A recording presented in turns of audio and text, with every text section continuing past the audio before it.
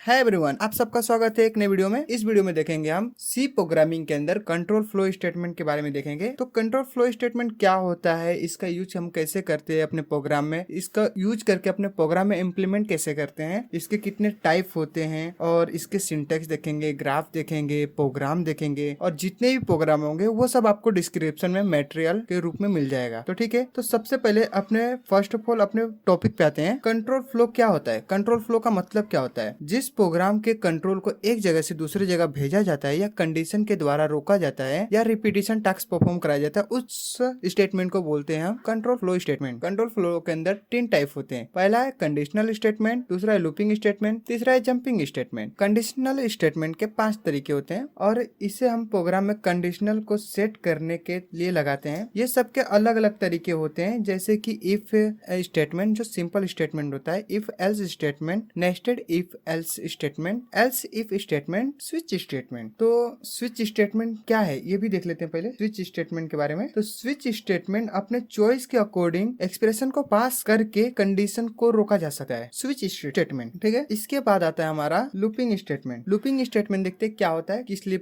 Use किया जाता है, लूपिंग स्टेटमेंट का क्या यूज होता है करके। Looping statement repetition task perform कराने के लिए किया जाता है। जैसे एक ही काम को आपको बार बार करना है तो ये तीनों चीज में से किसी का भी यूज कर सकते हैं, जैसे कि while loop, do while loop, for loop. ये तीनों का यूज करके हम कोई भी काम को एक बार अपने आप सेट कर देंगे तो वो बार बार रिपीट होता रहेगा, रिपीट होता रहेगा, रिपीट होता रहेगा। ठीक है, अब आता है जंपिंग स्टेटमेंट। इसके बाद आता है जंपिंग स्टेटमेंट। अगर मान लो अपने प्रोग्राम के कंट्रोल को ट्रांसफर करना है पर्टिकुलर पॉइंट के बाद, तो ये तीनों का यूज कर सकते हैं, पर ये तीनों के तरीके अलग अलग होते हैं। अपने अपने रिक्वायरमेंट के हिसाब से हम इसका यूज करते हैं। अब अपने पॉइंट पे आ जाते हैं। अपने पॉइंट पे कंडीशनल स्टेटमेंट देखेंगे तक। तो आज की वीडियो में देखेंगे कंडीशनल क्या होता है। कंडीशनल एक प्रोग्राम में कंडीशन होता है। ठीक है, प्रोग्राम में कंडीशनल स्टेटमेंट मतलब कंडीशनल स्टेटमेंट के अंदर इफ और इफ स्टेटमेंट देखेंगे। तो इफ स्टेटमेंट को पहले देख लेते हैं क्या होता है। तो इफ स्टेटमेंट, इफ के बारे में आप क्या समझते हैं? इफ के बारे में one of the most important term होता है। अगर हम किसी भी प्रोग्रामिंग लैंग्वेज की बात करें, चाहे वो सी हो या कोई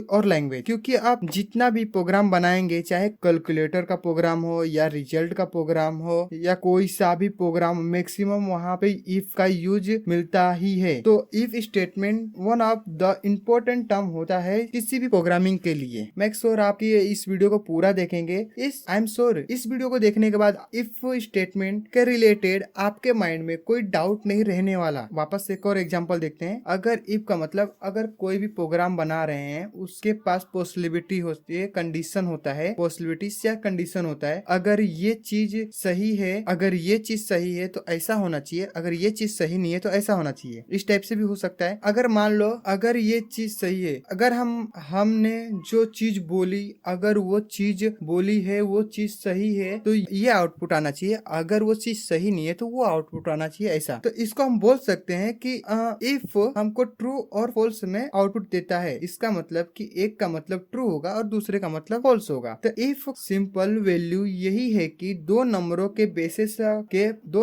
बेसिस पे कंडीशन के बेसिस पे आंसर हमको फाउंड कराता है। एक ट्रू होती है और एक फॉल्स होता है। अब इफ का एक प्रोग्राम करेंगे उससे पहले हम सिंटेक्स देख लेते हैं। इफ का सिंटेक्स कैसा होता है, कैसा नहीं होता है। इसका सिंटेक्स है, इफ लिखेंगे हम, इसके अंदर कंडीशन डालेंगे कि एक स्टूडेंट है, उसके मार्क्स 35 से ज्यादा है तो उसका नाम शो हो और अदरवाइज उसका नाम शो नहीं होना चाहिए। ठीक है, तो इस तरीके से फ्लो चार्ट देखते हैं। फ्लो चार्ट में है कि स्टार्ट करेंगे कंडीशनल, अगर फॉलो हुआ तो स्टेटमेंट आएगा, ट्रू हुआ तो एंड हो जाएगा डायरेक्टली। सिंपल सा है। इसका प्रोग्राम देख लेते हैं। सिंपल सा प्रोग्राम है। इसका प्रोग्राम देख लेते हैं अपने VS कोड में। तो हम अपना हेडर फाइल लिखते हैं। हेडर फाइल में अपना include.stdio.h, फिर उसके बाद इंक्लूड लिखेंगे। इंक्लूड के अंदर हम conio.hp लिखेंगे, अपना दोनों हेडर फाइल है। उसके बाद मेन फाइल लिखेंगे। हम अपना मेन फाइल लिख लेते हैं। एक मार्क्स करके वेरिएबल बनाएंगे, उसके अंदर स्टूडेंट का मार्क्स स्टोर करेंगे और फिर उस मार्क्स को हम इफ के अंदर कंपैरिजन करके देखेंगे कि पास है कि नहीं है करके। तो यूजर्स इनपुट लेते हैं printf यूज करके और अपना स्कैनर फंक्शन यूज करते हैं यूजर्स इनपुट लेने के लिए,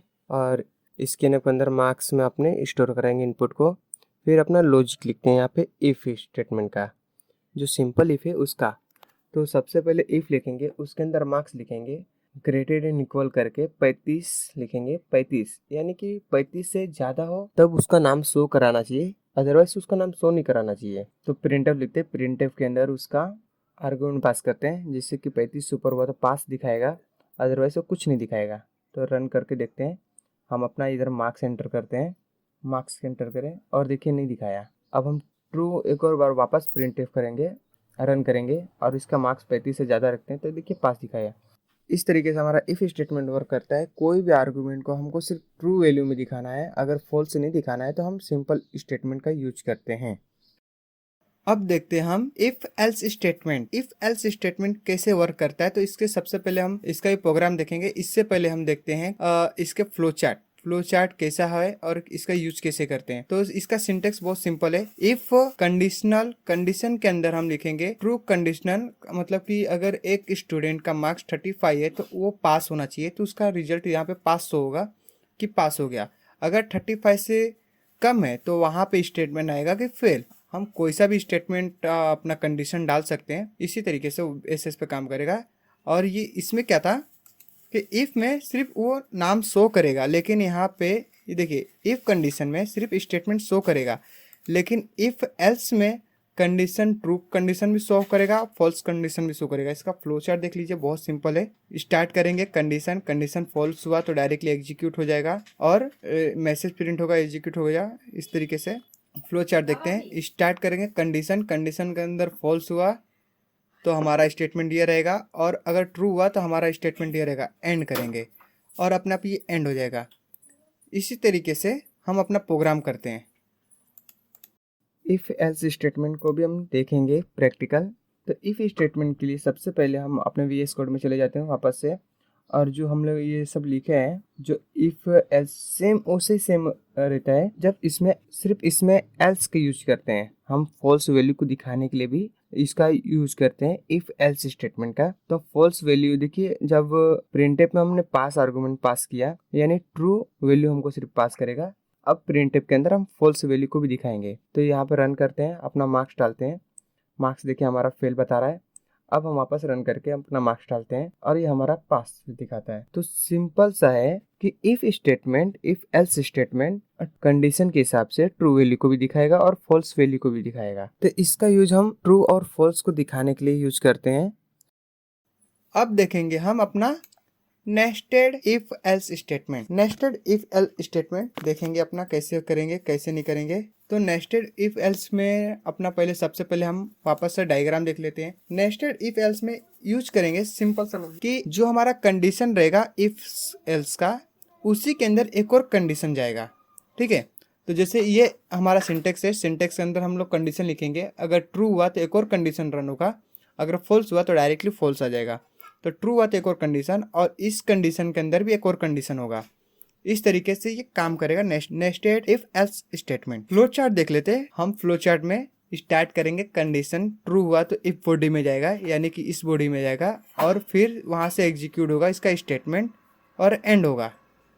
इसी तरीके से अगर फॉल्स हुआ तो नेस्टेड इफ कंडीशन में जाएगा, वहां से ट्रू हुआ तो डायरेक्टली स्टेटमेंट और फिर एंड होगा, या तो फॉल्स हुआ तो नेस्टेड एल्स बॉडी में जाकर फॉल्स होगा, डायरेक्टली ये फॉल्स होगा। तो इसका भी प्रोग्राम देख लेते हैं। सिंपल सा प्रोग्राम है nested if else statement, same इसी तरीके से, लेकिन इसके अंदर कंडीशन के अंदर कंडीशन होगा। तो इसको भी देख लेते कैसे करते हैं हम। तो ये हमारा प्रोग्राम है पहले का। उसी के अंदर एक और वेरिएबल बनाएंगे अटेंडेंस करके, कि अगर हमारा मार्क्स और अटेंडेंस पूरा सही है तभी हमको पास दिखाए, अदरवाइज वो फेल दिखाए। तो हमने एक अटेंडेंस करके उसके अंदर मार्क्स स्टोर कर देते हैं, जैसे कि 26 से ज्यादा उसका आना चाहिए तो पास दिखाएगा, 26 दिन प्रेजेंट है तो ठीक है, नहीं तो फेल दिखाए। तो फिर इसके बाद हम लोग ये सब हटाकर अपना इफ नेस्टेड इफ एल्स का यूज करेंगे। तो फिर इफ के अंदर एक और इफ, ट्रू के अंदर हम अटेंडेंस लिखेंगे। अटेंडेंस अगर 26 से ज्यादा है तो हम 20 कर देते हैं, कि अगर 20 दिन वो स्कूल आया है तो उसको हम प्रिंटफ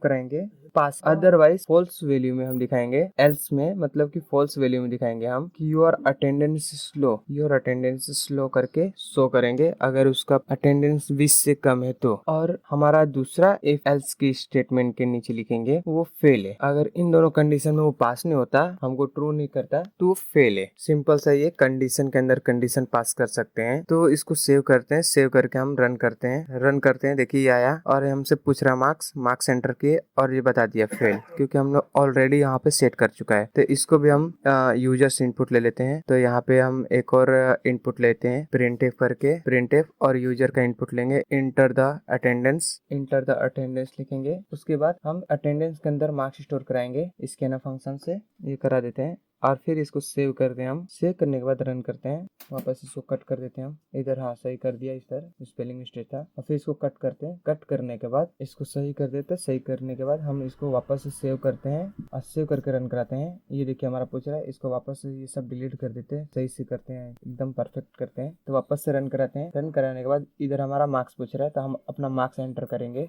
मार्क्स एंटर करने के बाद ये पूछ रहा है अटेंडेंस, और अटेंडेंस यूज करेंगे। तो ये देखिए बता दिया कि हमारा अटेंडेंस कम है, इसके लिए हम पास नहीं हुए।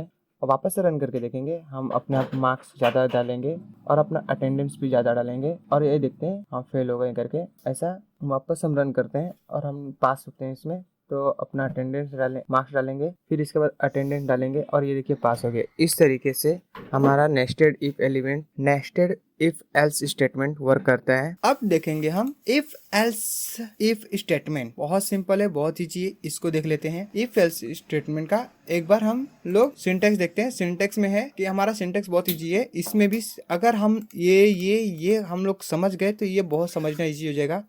एक कंडीशन के अंदर दूसरा कंडीशन, दूसरे कंडीशन के अंदर तीसरा कंडीशन, मतलब एक कंडीशन के अंदर 2-4 कंडीशन हम शो करा सकते हैं इस तरीके से। पहला कंडीशन अगर ये ट्रू हुआ तो ये कंडीशन रन होगा, ये ट्रू हुआ तो ये स्टेटमेंट प्रिंट करेगा, अगर ये ट्रू हुआ तो ये स्टेटमेंट प्रिंट करेगा, अदरवाइज दूसरा स्टेटमेंट प्रिंट करेगा जो फॉल्स में आता है। हम जैसे स्टार्ट करेंगे, कंडीशन अगर ट्रू हुआ तो डायरेक्टली प्रिंट और एंड, अगर ये फॉल्स हुआ तो ये कंडीशन, ट्रू हुआ तो स्टेटमेंट और एंड, और फॉल्स हुआ तो फिर थर्ड कंडीशन पे स्विच होगा। थर्ड कंडीशन पे अगर ट्रू हुआ तो स्टेटमेंट और एंड, या अदरवाइज ये डायरेक्टली फोर्थ स्टेटमेंट पे चला जाएगा जो हमारा एल्स के आता है। तो इस तरीके से होता है। इसका भी हम एक प्रोग्राम देख लेते हैं कैसे करेंगे। तो सबसे पहले अपने आ जाते हैं होम स्क्रीन पे अपने VS कोड के, उसमें से अपना पुराना प्रोग्राम को हम लोग डिलीट कर देते हैं और वापस नए शुरुआत करते हैं। जैसे कि अपने हेडर फाइल है, हेडर फाइल के बाद मेन फाइल के बाद अपना इंट लेते हैं। अब इंट में क्या है कि हम स्टूडेंट का रिजल्ट को प्रिंट कराना है, जिसके अंदर मार्क्स हो गया, टोटल मार्क्स हो गया, परसेंटेज हो गया, और परसेंटेज के बाद अपना ग्रेड्स आ गया, परसेंटेज ग्रेड्स, ये सब प्रिंट कराना है। उसके लिए हम इंट में 6 वेरिएबल बना लेते हैं, जिसमें से M1 M2 M3 M4 M5 जो रहेगा हमारा सब्जेक्ट के मार्क्स रहेंगे, और जो मार्क्स रहेगा हमारा पूरा टोटल मार्क्स रहेगा, जो परसेंटेज हम काउंट करेंगे उसमें। तो ये सब इन यूजर से इनपुट ले लेते हैं प्रिंटफ और स्कैनफ की मदद से। और ये देखिए हमारा लॉजिक है, ये हमारा टोटल कैलकुलेशन निकालेगा। Marks equal int M1 M2 M3 M4 M5, ये सारे को प्लस में डालेंगे और डिवाइड बाई 5 कर देंगे। ठीक है, इधर प्लस का सिंबल लगा देते हैं, प्लस का सिंबल लगा दिए अपने, और यहाँ पे इसको एंड करते हैं डिवाइड बाई 5 करके एंड करते हैं। और इसके बाद इफ़ का यूज़ करेंगे, जो हमारा मेन चीज़ है इफ़ एल्स स्टेटमेंट का, उसका यूज करेंगे हम। यहाँ पे अपना मार्क्स देते हैं, मार्क्स ग्रेटर देन 0, फिर और का यूज करेंगे। एंड और ऑपरेटर हम इसके अगले वीडियो में पढ़े हैं, तो उसी चीज़ का यूज करेंगे अपने ग्रेड्स को फाइंड करने के लिए। तो इसमें हम देखते हैं कि हमारा 0 से 100 तक का ही नंबर होना चाहिए। ये हमारा लॉजिक है कि 0 से 100 तक के ही नंबर होना चाहिए। इसके अगर माइनस में नेगेटिव आंसर हम कोई यूज़र इनपुट करता है या 100 से ज़्यादा इनपुट करता है, तो वो रॉन्ग नंबर प्रिंट करके आ जाए। ठीक है, इसके अंदर हम एल्स इफ का यूज़ करेंगे। एल्स इफ मतलब इफ के अंदर एक और कंडीशन, फिर उसके अंदर एक और कंडीशन, इस तरीके से। तो हम एल्स इफ का यूज करेंगे और इसके अंदर अपना लॉजिक लिखेंगे मार्क्स करके। मार्क्स अगर 50 से नीचे है, अगर वो 50 से नीचे है तो हमारा ग्रेड F है। अगर फिर वापस से एफ एल्स की यूज करेंगे, हम एल्स इफ का यूज करेंगे, और मार्क्स और 50 से ऊपर और एंड का यूज करेंगे। एंड मतलब कि 50 के और यहाँ पे 60 डालते हैं, 50 और 60 के बीच में अगर मार्क्स है तो ग्रेड डी दे। फिर इसको कॉपी करते हैं और फिर इसको पेस्ट करते हैं, और फिर यहाँ पे सेट करते हैं कि 60 से 70 के बीच में है तो ग्रेड सी दे हमको। ठीक है, फिर वापस हम इसको कॉपी करेंगे, इसको कॉपी करके हम और यहाँ पे पेस्ट करते हैं। अब हमारा ये रहेगा कि 70 से 80 के बीच में जो मार्क्स है वो हमारा ग्रेड बी रहे। ठीक है, तो इसके लिए हमारा सेम लॉजिक वही रहेगा, सेम बी रहे। फिर इसको वापस से कॉपी पेस्ट करके हम वापस से इधर इसको पेस्ट करेंगे।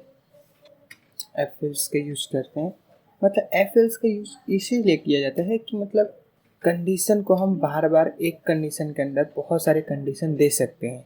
इसके लिए जैसे ये हो गया 70 से 80 और 80 से 90 अगर मार्क्स आए तो ग्रेड बी दे, उसको ए दे। सॉरी, 70 से 80 आए, 80 से 90 आ गया तो ग्रेड ए आए। अदरवाइज 90 से 100 के बीच में है तो ए प्लस प्लस ग्रेड दे हमको। ठीक है, एल्स का यूज कर देंगे क्योंकि लास्ट ऑप्शन हमारा वही बचता है कि 90 से 100 के बीच में जो मार्क्स आए वो ग्रेड ए प्लस प्लस हो हमारा। तो इसी तरीके से हम वर्क करेंगे। अब इसको हम देखते हैं, इसको हम सेव करते हैं और प्रिंट कराते हैं, देख लेते हैं कुछ लॉजिक तो मिसिंग नहीं हुआ। ठीक है, प्रिंट कराते हैं, प्रिंट कर इसको ऊपर कर लेते हैं पहले। फिर देखिए हमसे पूछ रही है मार्क्स, तो हम सब्जेक्ट 1 के पूरे मार्क्स डाल देते हैं अपने, 1 2 3 4 5 पाँचों सब्जेक्ट के मार्क्स डाल लेते हैं। और ये देखिए हमारा परसेंटेज और ग्रेड दे दिया हमको। वापस से एक बार प्रिंट करते हैं, इसको कट करते हैं, वापस से एक बार प्रिंट करते हैं। प्रिंट करने के बाद वापस से हमसे पूछ रहा है, तो वापस हम अच्छे मार्क्स डालेंगे इस बार। और ये पाँचों सब्जेक्ट के मार्क्स डालने के बाद हम एंटर जैसे करते हैं, उस तरीके से हमको ग्रेड और परसेंटेज हमको दे रहा है। इस तरीके से हम काम करते हैं इफ एल्स स्टेटमेंट का। अब हम देखेंगे स्विच स्टेटमेंट। स्विच स्टेटमेंट कैसे काम करता है, कैसे काम नहीं करता है वो देखेंगे। तो स्विच स्टेटमेंट इसके जैसा है लेकिन थोड़ा सा इजी है। स्विच स्टेटमेंट में हम अपना स्विच लिखेंगे, अपना एक्सप्रेशन लिखेंगे और फिर उसके बाद केस 1, केस 2, केस 3, केस 4 जैसे कि मंडे संडे दिखाना है उस तरीके से हम इसमें वर्क कर सकते हैं। तो सिंपल सा है स्विच स्टेटमेंट। केस 1 अगर ये हुआ तो इसका स्टेटमेंट आएगा रन, अगर फॉल्स हुआ तो सेकंड पे आएगा रोल, और फिर अगर ये फॉल्स हुआ तो डिफ्यूज में हमारा जो स्टेटमेंट लिखा रहेगा वो प्रिंट होगा। इस तरीके से वर्क करता है। इसका भी हम प्रोग्राम देख लेते हैं। हैशटैग इंक्लूड स्टूडियो, फिर इंक्लूड वाइड में लिखेंगे हम, फिर इसके अंदर एक इंट वैल्यू बना लेंगे और उसका डिफाइन कर देंगे वेरिएबल आई से कर देंगे। फिर प्रिंटफ करेंगे, प्रिंटफ में हम इधर इंटर द नंबर लिखेंगे और इसमें हम वीक का नाम प्रिंट कराएंगे। तो इंटर द नंबर लिख लेते हैं और इसको हम मस्त डिजाइनिंग करके प्रिंट कराते हैं। इस तरीके से स्कैनअप फंक्शन का यूज करेंगे, परसेंटेज डी से इसमें इंट का वेरिएबल लेंगे और इधर से एंड परसेंट में आई में स्टोर कराएंगे और इसको हम इधर कर देंगे। फिर यहाँ पे हम अपना स्विच लिखेंगे।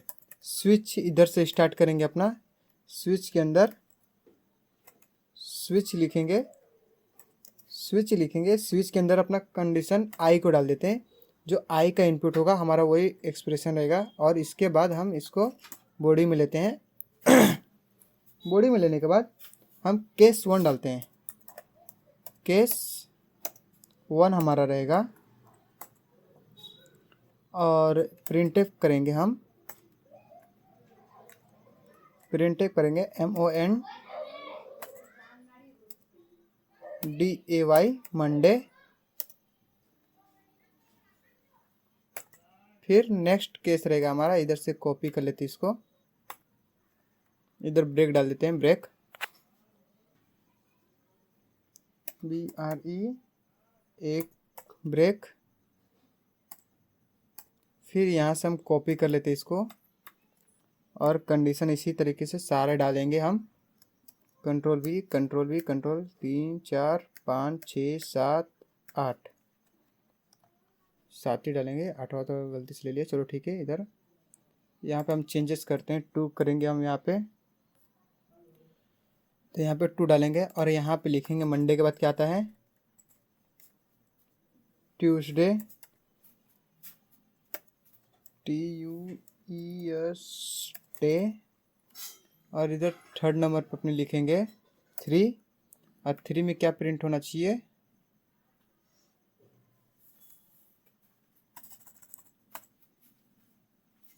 वेडनेसडे,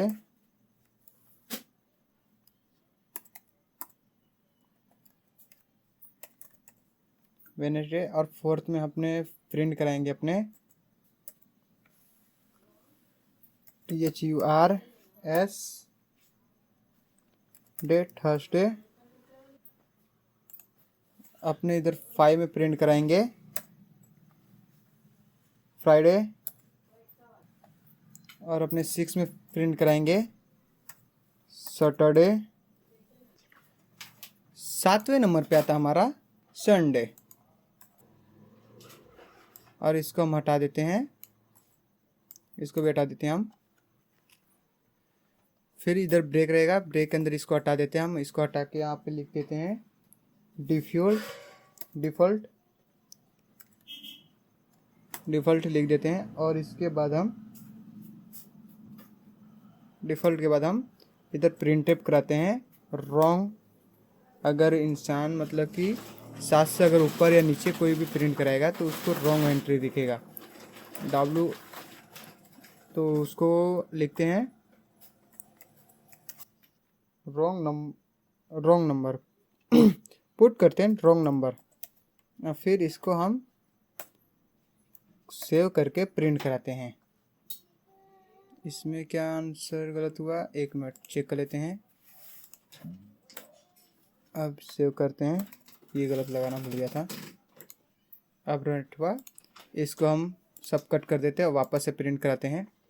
प्रिंट कराने के बाद देखते हैं हमारा आंसर कैसे आता है। जैसे कि हमारा आ गया 7 डाले तो संडे आ गया। वापस हम इसको प्रिंट करा के देखते हैं, वापस हम प्रिंट कराते हैं और इसमें 9 डालते हैं इस पर, तो देखिए रॉन्ग नंबर बता दिया। अगर हम वापस इसको करेंगे 4th नंबर डाले अपने अकॉर्डिंग तो ट्यूसडे आ गया। तो देखिए इस तरीके से ये वर्क करता है स्विच स्टेटमेंट। इसी तरीके से और भी वीडियो देखने के लिए सब्सक्राइब करें, लाइक करें, और आपके मन में कोई भी डाउट हो, इसके रिलेटेड कोई भी डाउट हो तो आप मुझे कमेंट करें।